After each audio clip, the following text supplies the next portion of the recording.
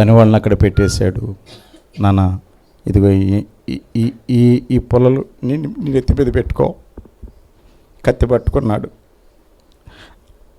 బాధ అనిపిస్తుంది, కానీ నా దేవునికి ఇచ్చిన మాట తప్పకూడదు.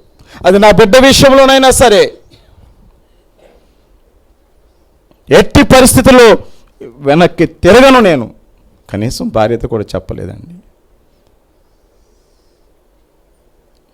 బయలుదేరిపోయినటువంటి గొప్ప విశ్వాసం అబ్రహాం గారిది, గొప్ప విశ్వాసం.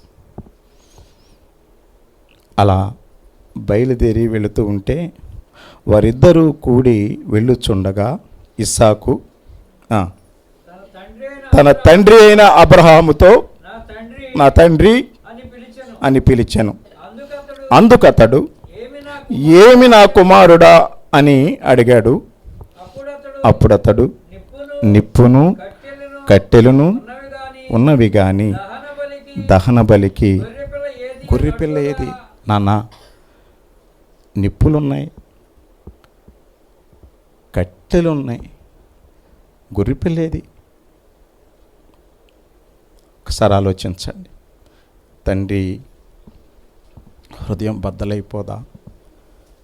కట్టెలు నిప్పు కలవు బలికి, కట్టెలు నిప్పు కలవు బలికి, పశువేదని కొడుకు అడిగేను.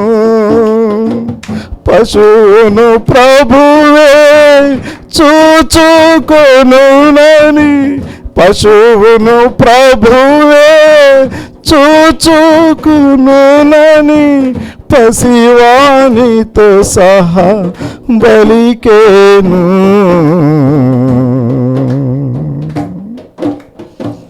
పయనం వైనాడే తానే పయనం వైనాడే, కన్న కుమారుని బలియాగముగా దేవదేవునికి బలినిచ్చుటకై